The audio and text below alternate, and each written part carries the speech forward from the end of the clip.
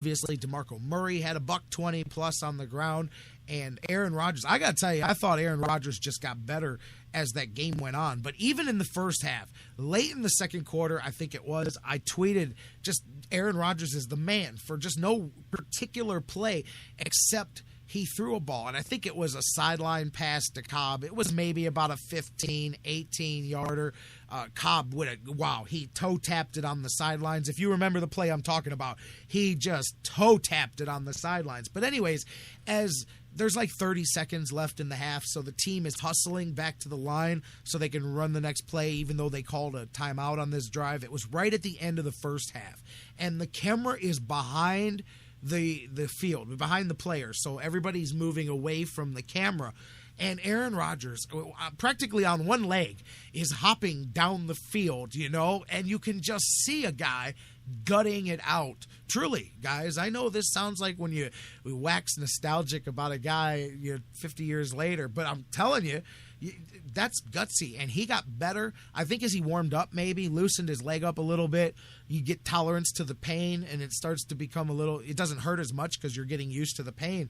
I think that was what we saw a little bit because, man, late in that game, Aaron Rodgers, all of a sudden, he was kind of a sitting duck early. All of a sudden, late in the game, he's doing Aaron Rodgers stuff again. He's dipping behind the line, moving up, stepping in the pocket, moving left, moving right, and finding space and finding guys. Boom. And he does it again, man. But, yeah, obviously, you can't talk about that game without the controversy at the end. And I'm not a Cowboys fan at all, but I've got to be in their corner on this one. I think the NFL got it way wrong. To me, I was tweeting about this yesterday. To me, that catch that Dez Bryant makes with a couple minutes left in the game, Tony Romo puts it up. Big risky decision. It's fourth down. Do you kick a long field goal? Do you go for it? Do you punt it? Do you give it back to your defense? All kinds of different things in play. What do you do here? And long pass, you go to your guy. Dez Bryant, I was watching it live, and I almost came out of my seat, not out of any fandom, out of appreciation for the play. Because in football, when you need one play and it's got to be a pass play, you throw it, you got to have that guy. And when you have that guy, you throw it to him, and he goes and he gets it. And that was a play made by a player. Dez Bryant went up, just got higher than the other guy, caught the ball. And again, I'm not a big fan of slowing a play down and in trying to count the number of steps. To me, that man caught the ball, hit the ground, reached out for the goal line, and knocked the ball loose, just like Calvin Johnson's catch. I never understood for the life of me how they said that wasn't a catch. Calvin Johnson put the ball on the ground as he was standing up. If you go back and watch the replay of that play, because he assumed it was a touchdown, and then they called it an incomplete pass. Anyway, I thought they got hosed on that one. Detroit even tweeted to the Cowboys yesterday from their official account, "We feel your pain." And I don't feel the Cowboys' pain from the aspect of they got where they got because of a beneficial call, obviously, a week ago. So, no feeling bad. You live by the sword, you die by the sword. But in my opinion, that to me is just one of those plays that people talk about 20 years from now. If you're a Cowboys fan, or if we were, if it happened here, if you're a Browns fan, you would be telling the story of the day, I was there when Dez Bryant went and saved the Super Bowl, or the year we won, whatever. You never know what could have happened. Point being is, to me, that was a play. It was just a hell of a play.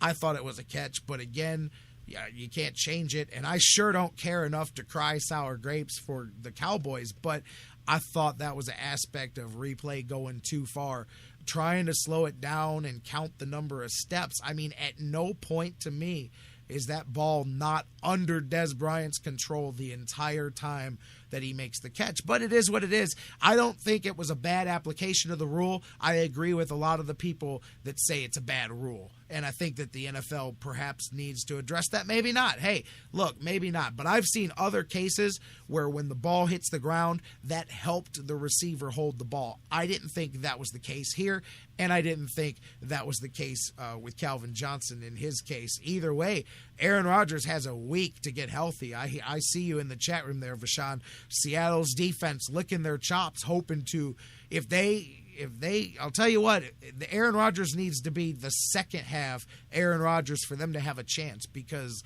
they may be so far behind at halftime. If Aaron Rodgers is the hobbled first half Aaron Rodgers, they may not be able to catch up no matter what. And, of course, we know this game will not be in the friendly confines of Lambeau Field. I think it'll be a hell of a game, but Seattle, I think, is all set to punch their ticket for a second trip to the Super Bowl. And then, of course, the other game, as we mentioned, Seattle winning that game handily, and Cam Chancellor, just a manimal, man, just an absolute man beast. And he went out there and took over the end of that game and said, look, I'm tired of playing football, guys. We're done. We're going to put this game away. But anyways, we'll talk more about that. There's 4 teams left. Andrew Luck and the Colts, they took care of one Goliath. Can David go slay the other one now as he goes and slides into, see, I had my little Freudian slip there. He slides into Foxborough there. And then, of course, Green Bay and Seattle. We've got all week to talk about all of that. Some great games. But, yeah, again, just my thought. I know some people, just I'm getting some messages as we go. J-Rock, how dare you, not how dare you, but how can you stick up for Dez Bryant and the Cowboys? Look, I don't care. I don't care either way. I'm just a fan of great plays and great players and moments in history. And I believe that you could have been talking about that catch, especially if you're a Cowboys fan or just a hardcore football fan. You could be talking about that catch 20 years from now, you know? But I don't think you'll be talking about bobbles and possessions and number of steps. It just, I don't know. That was a play. I would have loved to have seen it stand, seen if the Cowboys can punch it in at that point, and then see if Aaron Rodgers could answer. I think that's what we got ripped off on. Not just the Cowboys scoring. You got to realize there was still 4+ minutes to go in that game. I think we got ripped off of what could have been a fantastic finish, because I would have loved to have seen Aaron Rodgers get that ball back one more time. That offense was just getting itself going in the second half. So I think it just could have added another element to the end of that game. It is what it is, and Green Bay moves on. So we'll talk more about that, you guys. Let's take a break here. Let's switch over, stay on the football field. Let's get my man Dan Wismar in on the hotline. Let's talk some Bucks and some Ducks, baby, as OSU, Oregon, just hours away for the first playoff-style national championship in college football tonight. Oregon knocked off Florida State.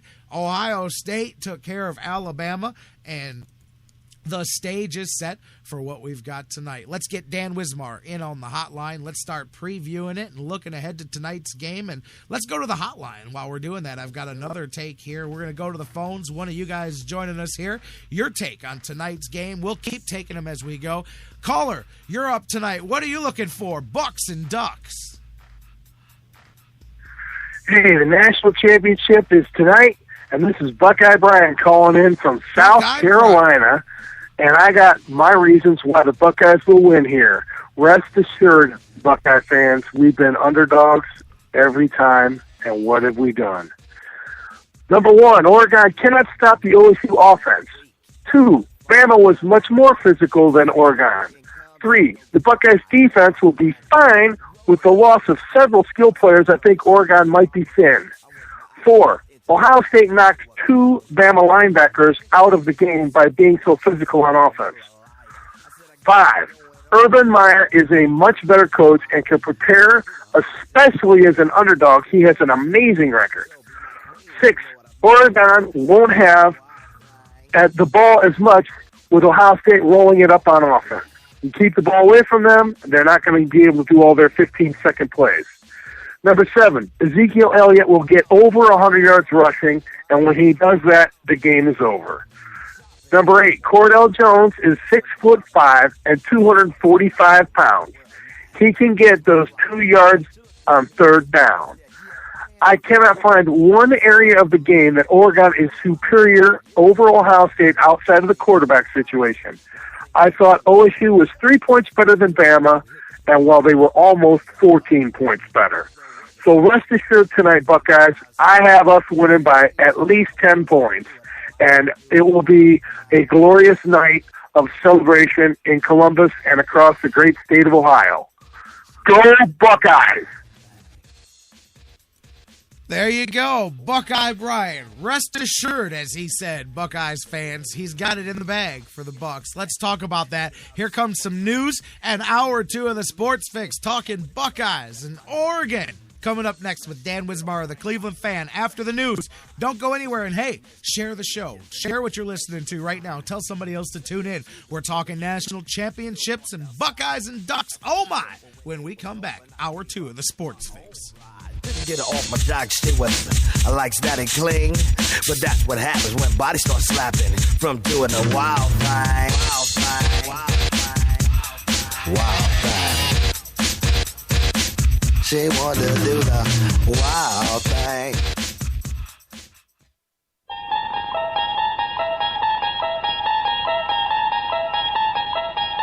You unlock this door with the key of imagination. Beyond it is another dimension. A dimension of sound, a dimension of mind. You're moving into a land of both shadow and substance, of things and ideas. You've just crossed over into The Sports Fix. We'll be right back. It's an addiction. The Sports Fix. We'll be right back. Business owners and professionals, do you want to take your business, your product, your team, your event to the next level? You want to advertise right here with the Sports Fix. Our listeners are among the most loyal listeners, terrestrial or internet. The Sports Fix universe is not only the radio show, but tens of thousands of fans on Facebook and Twitter. Email me, Jerry Myers, thesportsfix@AOL.com. That's thesportsfix@AOL.com. And let me help you swing for the fences and hit it out of the park right here on the Sports Fix. Whether it's an oil change or a new set of tires, Quick Lane at Valley Ford Truck has you covered for your automotive car care needs. They're your neighborhood quick service experts. They also offer a low price tire guarantee. Choose from 13 brands, and if you find the same tires at a lower price within 30 days, Quick Lane at Valley Ford will refund the difference. They're open late Monday through Thursday until 9 p.m. and open early Saturday so you can check it off your to-do list and get on with your day. They also have a newly remodeled service lounge and additional service bay just for Quick Lane oil changes. Quick Lane at Valley Ford Truck is located at 5715 Canal Road, right under the 480 bridge in Valley View, just down the road from Independence. 5715 Canal Road, right under the 480 bridge in Valley View, just down the road from Independence. Come see why life is better in the Quick Lane. QuickLane.com/Valley Ford Truck. That's QuickLane.com/Valley Ford Truck. Portions of the Sports Fix brought to you by Signs and Ship, the official printing source of the Sports Fix. Locations in Ohio, Pennsylvania, Virginia, and Florida. Find out more at signsandship.com. News break. I'm Christine Lisi. Here's what's happening. All eyes will be on Cowboys Stadium for the College Football Playoff National Championship game when Ohio State takes on Oregon. 7 Eastern on ESPN and ESPN Radio. The Ducks are seeking their first national title. Buckeyes going for their second in the last 45 years. NFL, Packers quarterback Aaron Rodgers not expected to practice much before Sunday's NFC Championship game against the Seahawks. Said his strained calf came through a little worse after the win over the Cowboys, but he added he'll be ready for 60 minutes in Seattle. Seahawks receiver Paul Richardson out the remainder of the postseason with a torn ACL suffered on Saturday. A little more than 2 weeks after saying he planned to come back for an 18th NFL season, Broncos quarterback Peyton Manning didn't sound as certain after the season-ending loss to the Colts. When asked if he planned on playing next season, Manning said he can't give a simple answer. He's processing it. The Raiders want to meet with Broncos offensive coordinator Jack Del Rio again regarding their head coaching vacancy. Ravens coordinator Gary Kubiak asked to interview for several head coaching openings, but he says he's staying in Baltimore. The John R. Wooden Award presented by Wendy's recognizes the country's top collegiate basketball players. Go to ESPN.com and search Wooden Watch for more information on the award and the nominees.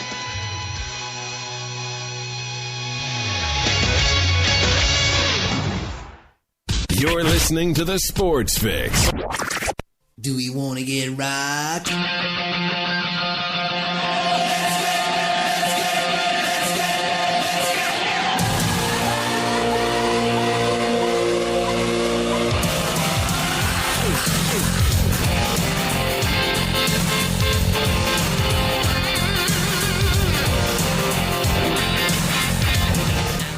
Welcome back to the Sports Fix Live Hour 2, kicking off across the Sports Fix Radio Network. J-Rock back with you, being ready to go to the phones, be joined by my man Dan Wismar from the Cleveland Fan as we're going to roll into national championship mode, baby. A historic Monday night on tap as either the Ohio State Buckeyes or the